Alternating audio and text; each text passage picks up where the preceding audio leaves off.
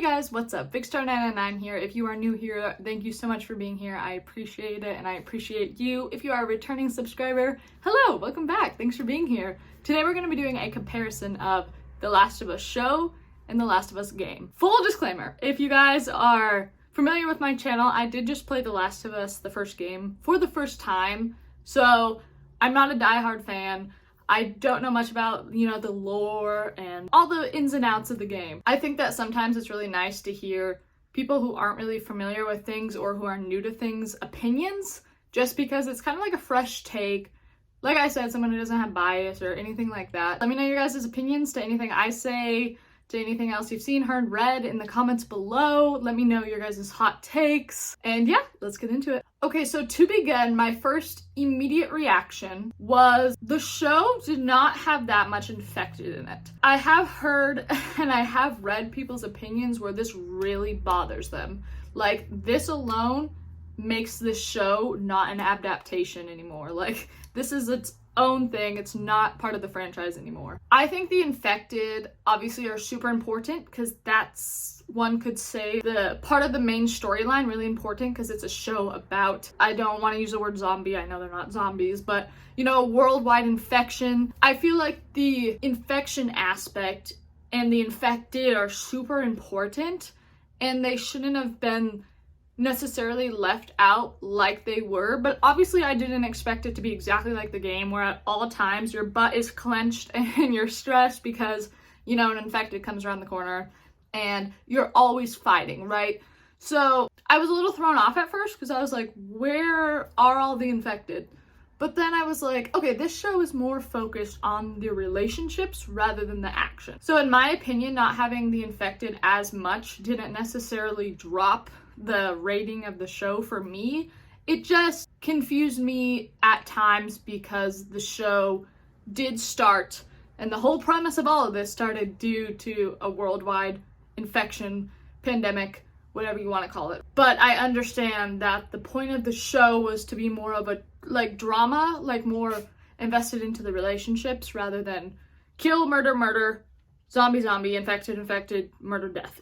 Another big thing that has caused a lot of controversy and debate is Bill and Frank. In the game, you show up to Bill's town. Frank's nowhere to be seen. You don't know much about Frank. He's labeled as Bill's partner. And spoiler, Frank ends up hanging himself, right? You show up to his house and Frank hung himself. And, they have this very, sassy relationship to each other, and notes and stuff you read. They're like, screw you, you suck. Nothing really, love related. But Bill did label Frank as his partner.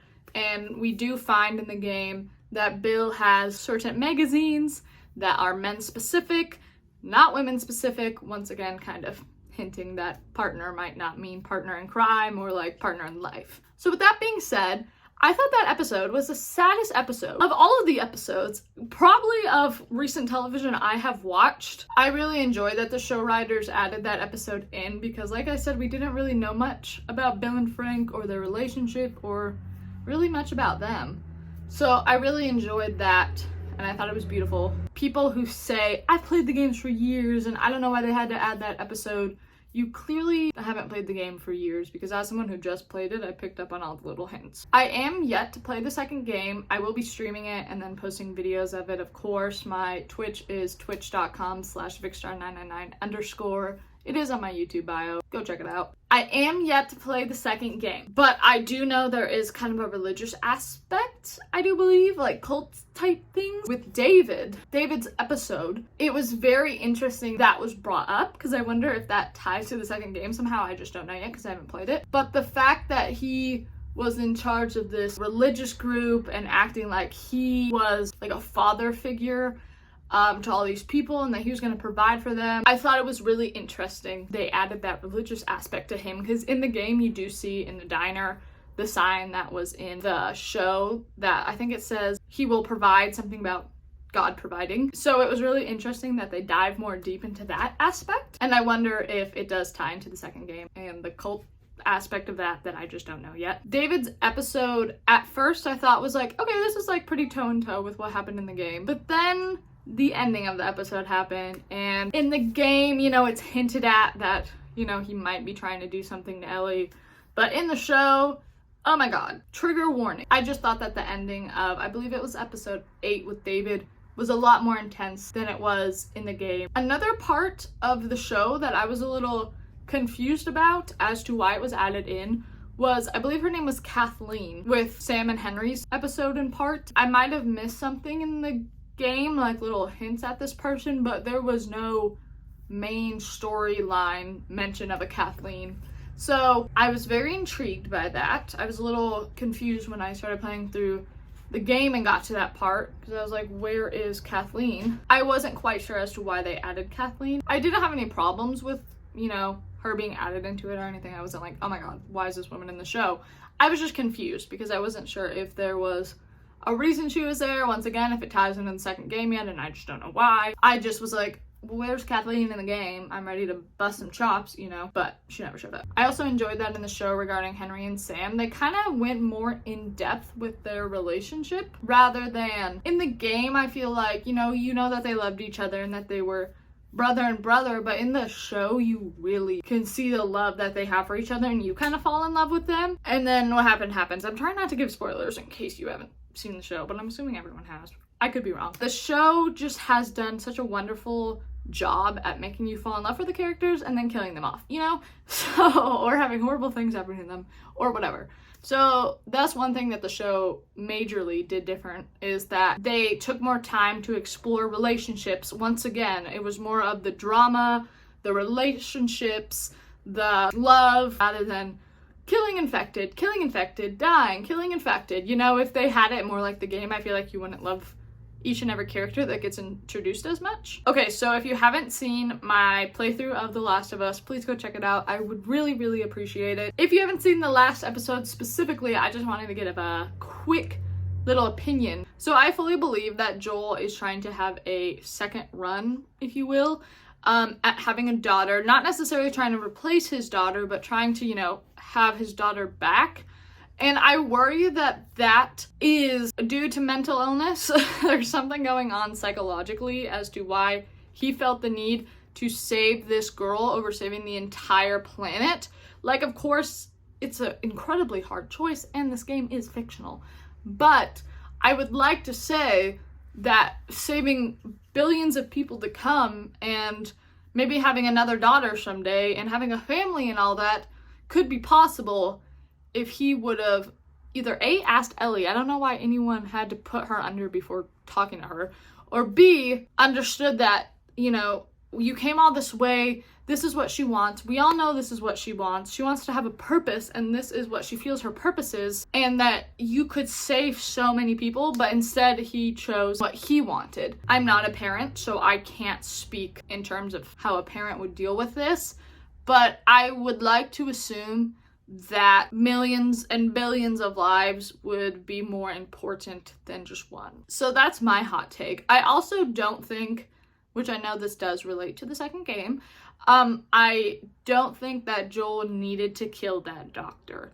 He could have simply disarmed him. All he had was a scalpel. The doctor, all he had was a scalpel. He could have disarmed him and knocked him out, but he didn't need to kill him.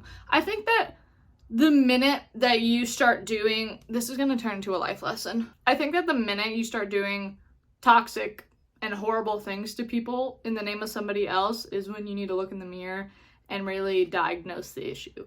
So I think that Joel wiping out an entire hospital, killing the doctor, spoilers, a little late, huh? Killing Marlene, and then ended up lying multiple times to Ellie. At some point, it's like, if you have to do all of this, you know, like, is it really for good cause? If I could just like rewrite the story myself, I would have had it that you ask Ellie beforehand and she could have said yes or no and then the games would be over, right? But that wouldn't be fun. One of my biggest pet peeves in life is lying. I hate lying. He first started lying in the car, right, and said that the Fireflies don't need you. There are other people who can, you know, create this cure. They're actually stopping looking for the cure. That's where the lying began. So I was already like, ooh, I don't like this at all. But then at the very end, when Ellie, like, knows, she knows deep down that that doesn't make any sense. And that's why she asks him, like, swear to me that what you're saying is true. and then he swears. That's where my problem. That's where it begins. Because, like, yeah, wipe out an entire hospital, kill people along the way, but don't lie. That's where my problem is. I just think that as somebody who did all this in the name of love and did all this because he loves this girl so much and this is his daughter and he cares so much about her, but then he lies to her, I don't know. That's weird to me. I think at some point it's for your own selfish desires rather than her, right? Like if you have to lie to save your butt and to have them like you, here's another life lesson. We're in the toxic zone. We're in the lying zone. So I'm very intrigued to see the show in season 2 and 3 because I believe the second game is being broken up into season 2 and 3. And I've heard rumors that there's going to be a third game.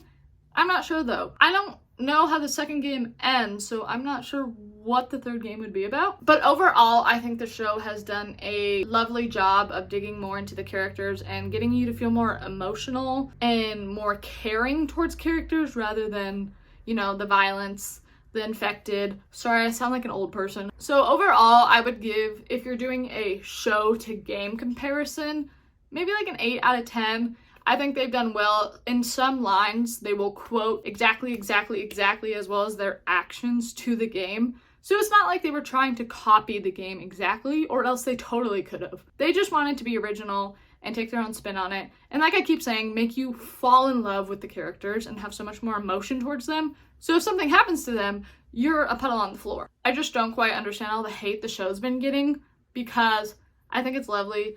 And most of the times the people who hate it keep coming back every episode and watching it. I am so excited to play the second game and so excited to see how the show turns the second game into a season and into the show form and get introduced to all the new characters. Thank you guys so much for watching. Once again, I appreciate you being here and taking the time to watch this video. It means the world to me. As I mentioned, I do have a Twitch account. I actually just recently started it. I'm really excited to start streaming and I really hope that you guys go and check it out. The link is in my description below as well as my other socials. So if you want to check that out, I'd appreciate it, of course.